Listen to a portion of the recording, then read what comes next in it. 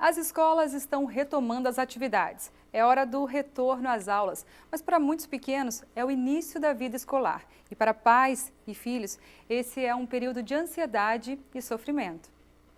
Tobias, de 3 anos e 9 meses, nos recebe junto com o pai Marcelo. Com a mãe Ana Cláudia, ele se prepara e é todo motivação com o primeiro dia de aula. Ele passou por período de adaptação com parte dos colegas e hoje a turma toda deve se encontrar para início oficial do ano no maternal de uma escola estadual. A gente espera que ele seja uma criança sociável, que saiba conviver com outras crianças, que seja bem educado, que curta bastante essa infância.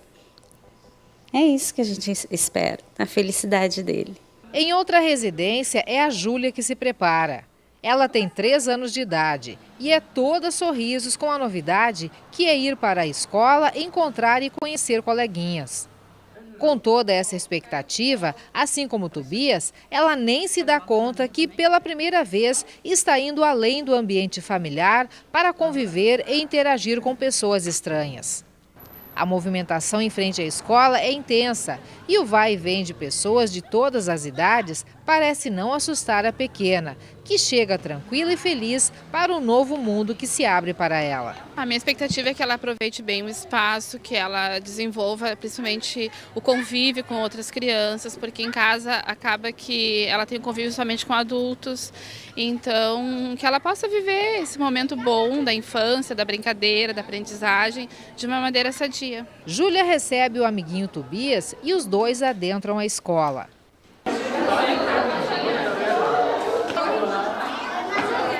Beijinhos de despedida no papai e na mamãe e eles seguem tranquilos para a sala de aula. Já o mesmo não ocorre com o Giuseppe, que inseguro chupa o dedo.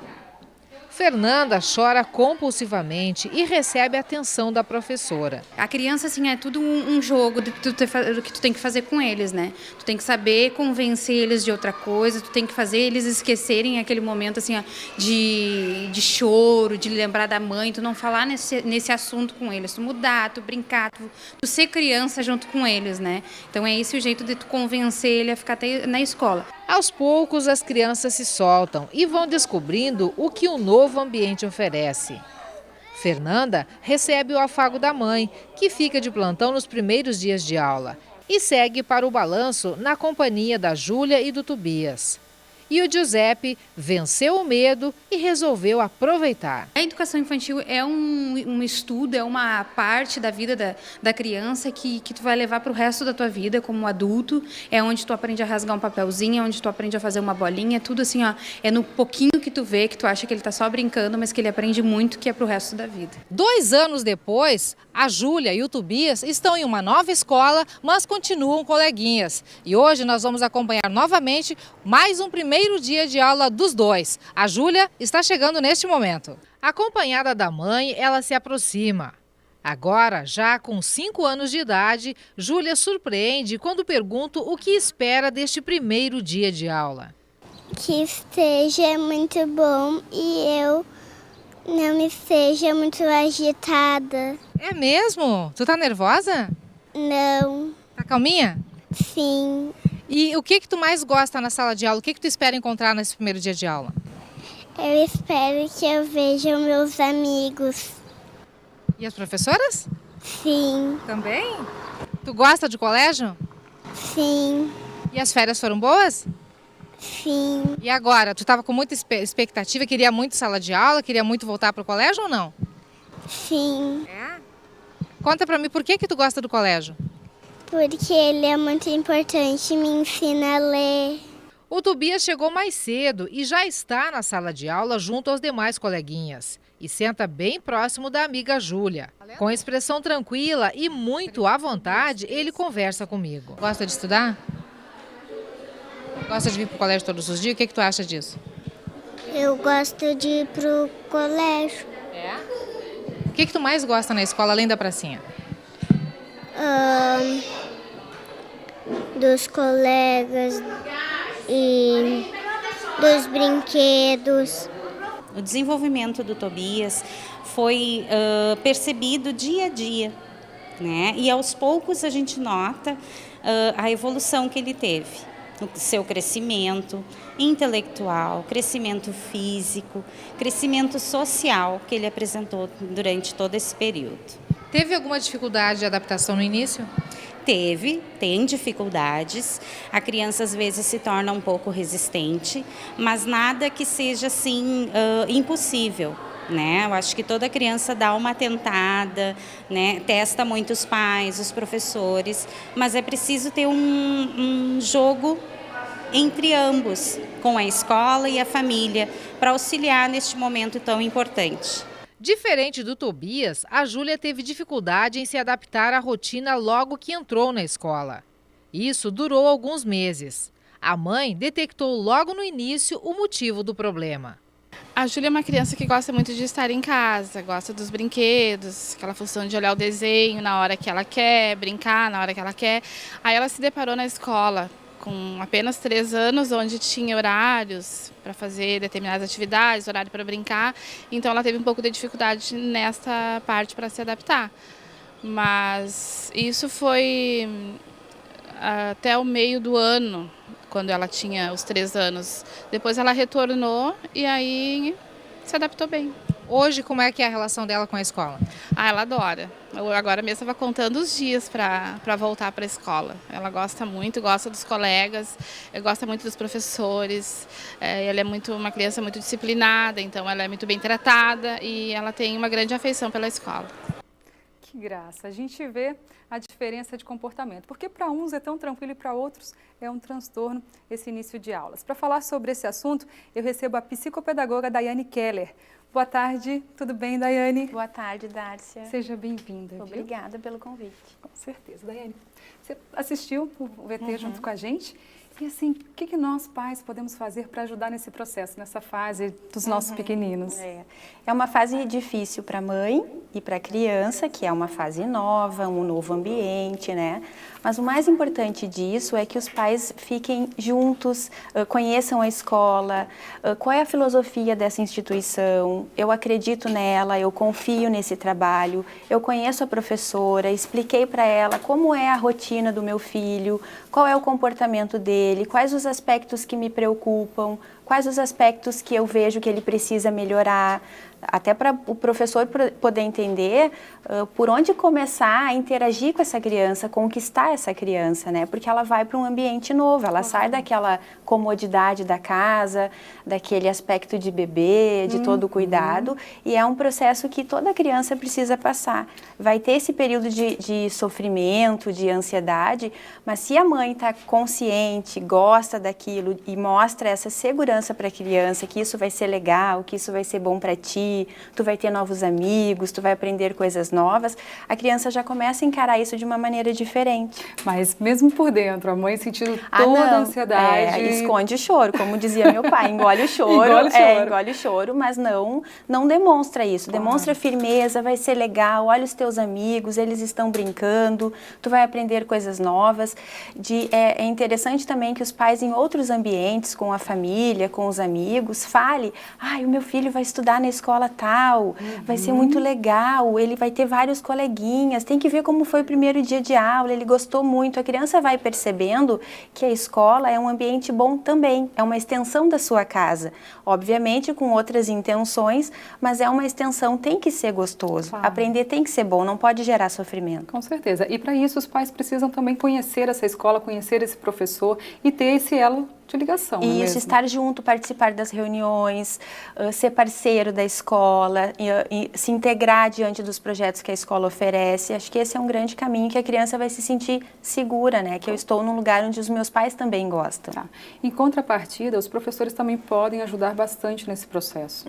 O que eles podem fazer para que amenize um pouquinho a dor, porque é dor para a criança e para os pais também. Sim, é importante que o professor receba essa mãe, né? Principalmente a mãe, e esse pai, acolhendo, entendendo, perguntando como que é o teu filho, quais as dificuldades que tu vê, sendo parceira dessa família. Para quando a criança chegar, ela já sabe que criança que vem, qual é o comportamento dela, que eu consiga saber que ela gosta de brincar com carrinhos, então eu vou oferecer esses carrinhos e gradativamente eu vou inserindo ela no grupo, inserindo ela nas rotinas da escola. Acho que conhecer, conversar é fundamental nesse processo entre família e escola, tem que estar junto. Daiane, eu estive conversando com algumas mães e que elas quase desistiram porque o filho chorou por 12 dias, por 15 dias. Tem uns que resistem mais mesmo e a mãe tem que persistir. Como que é? Isso, tem crianças que são bem resistentes, né? Por quê? Porque elas veem uma brecha aí, né? Ou a mãe não quer entregar o filho para a professora. Sofrem juntas. Sofrem juntas. A professora talvez não tenha muito interação com aquela mãe, com aquela criança. E a criança vai percebendo alguma brecha onde ela pode, não, mas eu não quero sair da minha zona de conforto. Eu quero ficar em casa, com a minha babá, com os meus amigos. E aqui é um ambiente novo. Então, isso tem que começar devagarzinho, gradativamente, mostrando que é legal. Quando for buscar a criança na escola, buscar feliz, que legal que tu ficou. Uma coisa que eu vejo muito é uma recompensa, assim. Então, se tu ficar, a mamãe vai te dar uma bola, vou te dar um brinquedo. Não é bom fazer isso? Não tem porquê. É legal porque tu ficou, tu teve novos amigos, tu tá num ambiente legal, tu vai aprender. Não tem que ser através de uma recompensa, de uma questão material. Qual é a necessidade disso? Se tu ficar no colégio, eu vou te dar uma boneca. Não é por aí que a gente vai conseguir conquistar o desejo de aprender, de estar num ambiente novo, né? Na verdade, a gente vai estar ensinando uma certa manipulação, né? Sim. Que não e, na verdade, os pais, eles fazem isso até mesmo para compensar a culpa que sentem. Tem uma série de questões. Também essa questão da culpa, a questão de que a gente trabalha o dia inteiro. Exatamente. Né? A gente está sempre fora. Tem uma questão de geração, que nós estamos em gerações de difícil entendimento, né? A gente tem a escola, que é uma geração, a gente tem professores de outras geração e crianças chegando que já mexem em tablets, em computadores, usam a tecnologia e alguns professores não sabem ainda. Então, tem esse conflito de geração. É importante a gente estar antenado nisso e tentar ficar cada vez mais à parte, conversar, ler, questionar, buscar ajuda. Se eu não estou conseguindo, bom, vamos procurar ajuda, vamos ver o que está acontecendo, né? Claro. Não posso deixar que esse sofrimento persista muito tempo. Com certeza. Bom, a gente falou dos pequenos, mas a gente tem a questão também dos maiores, que já foram para as escolas nos anos anteriores, mas está nessa era da internet, nessa era dos eletrônicos, que disputam e ganham feio para um livro, né? Para a questão do ensino tradicional. Como que a gente pode conciliar? Mais uma vez, tá junto, tem que estar junto. Muitas vezes os pais dizem, agora ele só quer ficar no videogame, mas ele não foi pro videogame sozinho. Eu sou a favor da tecnologia, eu gosto dela, estudo muito sobre isso e acho que a tecnologia, ela potencializa, ela nos ajuda. Só que no momento que é demais, óbvio que a gente tem que ter um alerta, né? Então eu vejo muitas vezes os pais, eu cheguei em casa de um dia estressante no meu trabalho, então eu deixo ele jogando videogame, deixo no computador. Não incomoda nesse momento, não incomoda, né? Então não estou dizendo que ele não possa jogar, mas vê o que ele está jogando, vê quem são os amigos dele no Facebook, né? Quais são as relações que ele tem, como que ele interage com os outros. Eu também vou ter o meu Facebook, eu também vou jogar contigo uma partida, o pai interagir com essa criança. Então tem que estar junto, tu tem que fazer parte daquele contexto que a criança está inserida para tu começar a identificar, mas realmente, os pais me dizem muito, mas ali no computador ele não tem desatenção, ele é super atento e na sala de aula ele não consegue copiar um texto. Né? Então, a gente tem que identificar isso, aonde que está, por que ele não consegue copiar um texto, porque aquilo não é atrativo, aquilo não tem significado para ele algum, então eu costumo dizer que o botãozinho da atenção do cérebro, ele não foi ativado, né? Então, obviamente, ele não vai ter atenção para fazer aquilo, mas isso não significa que ele tenha um déficit de atenção, não significa que é a medicação que vai resolver isso. É um manejo diferente, né? Eu costumo dizer que a gente tem um trabalho artesanal a ser feito. Então, isso tem que ter muito cuidado. Tá, mas é desesperador. Entendo. E assim, diante dessa questão de chegou a hora da lição de casa e você percebe que ele não adquiriu conhecimento suficiente ou não consolidou o conhecimento que foi passado no ano anterior. O que fazer? Sentar, falar com calma? O que a gente, como pai, pode fazer nesse momento? Sim, a gente tem que perceber que horas que esse tema está sendo feito, né? Em que lugar. Tem algumas coisas básicas. Às vezes a gente quer fazer o tema de noite porque eu só estou em casa à noite, mas à noite a criança está cansada, chegou do colégio, está com fome, está com sono, brincou demais, precisa de um tempo para descansar e o pai quer que ela faça o tema às 7h32, né? Porque ele determinou isso. Então não é também por aí, a gente tem que ver o horário que a criança está disponível para fazer isso, né? Obviamente que a gente vai determinar uma rotina, tu vai ter que ter hábitos de estudo, um horário para estudar, um local para estudar, não é em cima da cama, não é na mesa da cozinha onde está um barulho maior, um movimento maior na casa. A gente tem que começar a perceber em qual lugar e horário a criança funciona melhor. E aí a gente vai vendo aonde que está essas defasagens. Ah, mas é no português, é na leitura, é na escrita. Então eu vou conversar com a professora para ver se a professora também observou essa dificuldade e então eu vou buscar ajuda, vou entender o que está acontecendo. Existe um transtorno de leitura, existe um déficit de atenção e aí entra o psicopedagogo para ajudar nesse processo. Tá, mas assim, a gente nota que às vezes, eu não sei se isso é geral, tá? Mas há uma certa preguiça de pensar. E aí recorre aos pais, só faço se você estiver aqui do meu lado. Acontece muito disso, você tem casos clínicos, né? A gente traz pra gente esses exemplos, por favor. Essa questão de autonomia, isso é um grande problema hoje na educação. O que vem acontecendo? As crianças, quando pequenininhas, como a gente viu no VT, elas acabam ganhando tudo nas mãos, né? A gente acaba permitindo que elas façam tudo. Mãe, eu tô com sede, um copo de água surge na minha frente, né? Mas entre eu ir buscar um copo, abrir, ir na geladeira, buscar essa água, tem um processo a ser feito de aprendizagem aí, do que eu simplesmente ganhar as coisas na mão. Eu vou tomar banho, o que eu preciso para tomar banho? Preciso de toalha, preciso de roupa. E o que a gente faz? Filho, vai tomar banho, tá aqui a tua toalha, tá aqui a tua roupa, né? Ou tu já vai dando banho nele. Então tu tem que começar desde pequenininho a começar esse processo de autonomia. Eu lavo o teu cabelo, tu lava a tua barriga, eu vou te ajudar a cortar a tua carne, mas tu vai comer sozinho, entende? Tu vai proporcionando situações de autonomia para essa criança, para que depois, num horário de tema, ela tenha essa habilidade. Muitas vezes, e as crianças precisam, eu vejo muitos pais dizendo, ele já tem que fazer sozinho. Não, ele precisa que tu sente do lado dele, vocês ficaram um dia longe, né? Vocês têm que estar juntos. E talvez seja ali, até a criança pede esse momento. É um momento de atenção, exatamente. Então, de sentar junto, de tu te organizar como mãe, assim, bom, então eu vou fazer o tema com ele nesse horário, depois que ele descansou, que ele fez o lanche dele, aí tu vai, toma o teu banho, né, respira fundo, porque a gente também tá cansada, teve um dia estressante, mas assim, filho, vamos lá, vamos fazer o teu tema, eu vou te ajudar, como é que foi a aula? E uma outra coisa, saber ouvir. Né? A gente fala muito para os filhos, a gente fica aqui, né? Fala porque tu tem que ser assim, porque tu tem que ser obediente, tu tem que prestar atenção na professora, tu tem que isso. E a gente não escuta o que eles têm para dizer, a gente precisa ouvir eles.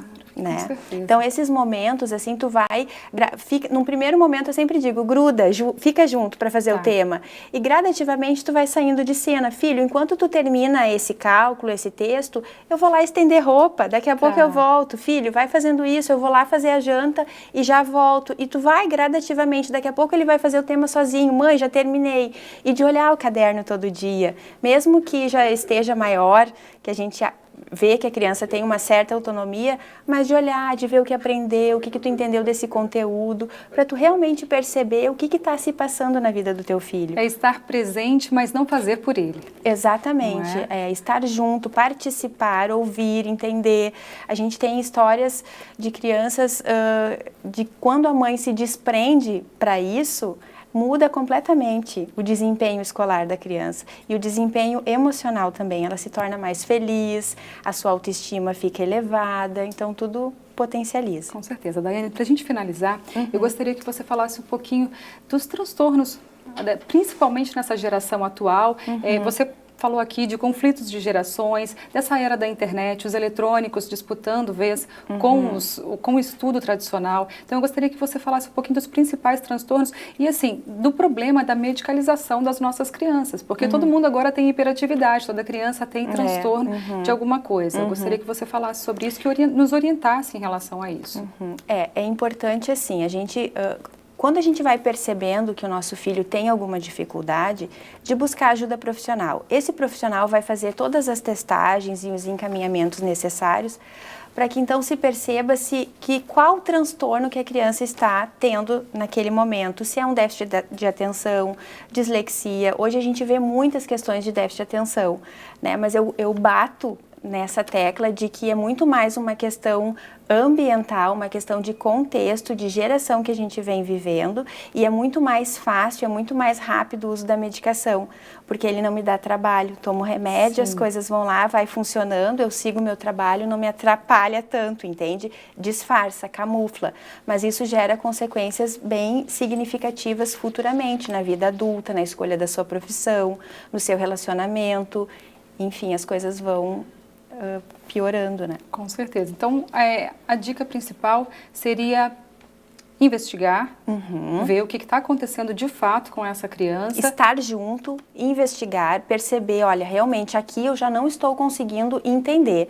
Já fugiu de mim como mãe entender o que está acontecendo. Então eu vou buscar ajuda, eu preciso entender. Hoje a gente tem recursos para muitas coisas. Então a gente pode buscar ajuda e entender o que está acontecendo. Tá certo, Daiane. Muito obrigada Eu pelas que suas agradeço. dicas, viu? Obrigada.